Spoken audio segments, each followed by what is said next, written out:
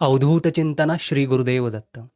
आपणापैकी कित्येकांना माहिती नसेल की प्रत्येक महिन्यात कालाष्टमी येते. कृष्ण पक्षातील अष्टमीला कालाष्टमी म्हणतात. महादेवांचे उग्र आणि महाशक्तिशाली रूप म्हणून ओळखल्या जाणाऱ्या कालभैरवांना हा दिवस समर्पित आहे. अर्थात या दिवशी महाकालाची पूजा केली जाते. भक्तिमार्गातील आणि तंत्रमार्गातील साधकांसाठी हा दिवस खूपच विशेष असतो. आपले दत्त महाराज दुसरे तिसरे कोणीही नसून स्वतः महाकाल भैरव आहेत. त्यामुळे दत्तभक्तांसाठी सुद्धा हा दिवस महत्त्वाचा असतो. या दिवशी श्री गुरुचरित्रातील विशिष्ट अध्यायांचे पारायण केले असता त्याचे फळ त्वरित प्राप्त होते.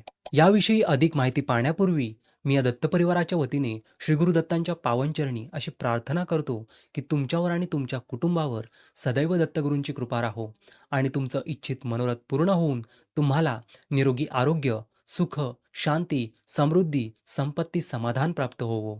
कालाष्टमी दिवशी संध्याकाळी तुम्ही भैरव स्वरूपात दत्तगुरूंची सेवा करायची आहे. 4 वातीचा दिवा लावायचा आहे. शक्य असल्यास दक्षिणेकडे तोंड करून बसायचे आहे. अन्यथा तुम्ही देवघरासमोर तोंड करून बसू शकता. बसायला एखादं काळ्या रंगाचं आसन घ्यायचं आहे. सेवेला सुरुवात करण्यापूर्वी दत्तगुरूंना मनापासून नमस्कार करून असं सांगणं करायचं आहे की आज कालाष्टमीच्या शुभ दिवशी हे भैरवनाथा, मी तुमची दत्त स्वरूपात पूजा करीत आहे. तुम्हीच दत्त आहात आणि दत्त म्हणजेच भैरव आहे. तर माझी ही वेडीवाकडी सेवा तुम्ही मान्य करून घ्या. अशीच माझ्याकडून कायम दत्तसेवा करून घ्या. माझ्यावर आणि माझ्या कुटुंबावर सदैव तुमची कृपा राहो. आता दत्तगुरूंच्या फोटोची किंवा मूर्तीची पूजा करायची आहे आणि त्यांच्यासमोर बसून दत्तनामाचा जप करायचा आहे. हा जप तुम्ही 108 वेळा करायचा आहे, म्हणजे एक माळ. जप झाल्यावर नारद विरचित श्री दत्तस्तोत्र म्हणायचे आहे. मग श्रीपादष्टक म्हणायचे आहे. तुम्ही भैरव म्हटलं तरी चालेल. आता आपण एक यज्ञकुंड बनवायचं आहे. तुम्ही धुपाटणाचे भांडे देखील वापरू शकता. आता तुम्हाला या यज्ञात काही पदार्थांची आहुती द्यायची आहे.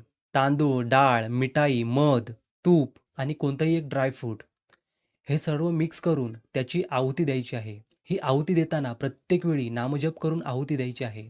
म्हणजेच ओम श्री गुरुदत्ताय स्वाहा असे म्हणून ती आहुती त्या यज्ञात टाकायची आहे. हे सर्व झाल्यावर यज्ञाला नमस्कार करायचा आहे आणि शेवटी 5 लवंगा घेऊन अशा अँटी क्लॉकवाईज आपल्या अंगावरून फिरवायच्या आहेत. असं 5 वेळा करायचं आहे. प्रत्येक वेळी म्हणजे जेव्हा तुम्ही अंगावरून काढाल, तेव्हा प्रत्येक वेळी ओम श्री गुरुदत्ताय नमः असं म्हणत ते यज्ञात टाकायचं आहे. असं तुम्ही 5 वेळा करायचं आहे. याच्याने काय होणार? तुमच्या अंगातील नकारात्मक शक्ती दूर होणार. तर कालाष्टमी दिवशी अशी सेवा करायची आहे. कोणाला काही शंका असतील तर त्या कमेंटमध्ये जरूर विचारा.